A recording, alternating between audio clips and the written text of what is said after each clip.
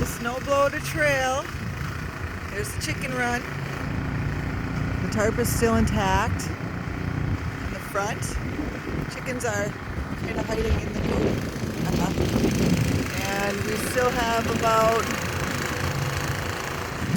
I don't know, maybe 20 hours left, and this is not the worst of it.